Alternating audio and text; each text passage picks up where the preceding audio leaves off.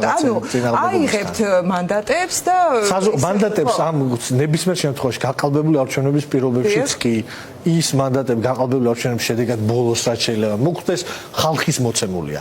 ანუ ამ განცხადებით პარტია ლელო რას გვეუბნება? პირველი ის რომ მათ არ ჯერათ ხალხის პროტესტის და არ ჯერათ ხალხის გამარჯვების, ამავდროულად გვეუბნებიან იმას რომ ძალიან ნანობენ რომ შარშან გაყალბებული არჩევნების შედეგად არ შევიდნენ პარლამენტში, თუმცა ახლა გვეუბნებიან რომ მიუხედავად იმისა რომ ეგრეთ წოდებულ ფარსად წოდებულ არჩევნებში ქართული ოცნების გაყალბების მიუხედავად ისინი მაინც აიღებენ საკრებულოს მანდატებს და მოახდენენ საკრებულო საქმიანობაში მონაწილეობის მიღებას.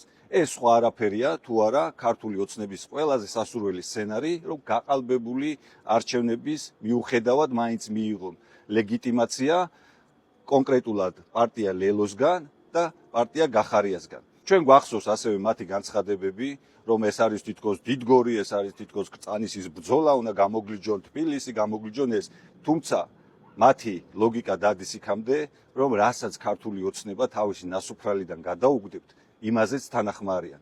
ანუ პარტია ლელოს თამამად შეგვიძლია დავარქვათ არა ოპოზიციური პარტია, არამედ სისტემური პარტია, რომელიც ლეგიტიმაციას უკეთებს ქართულ ოცნებას.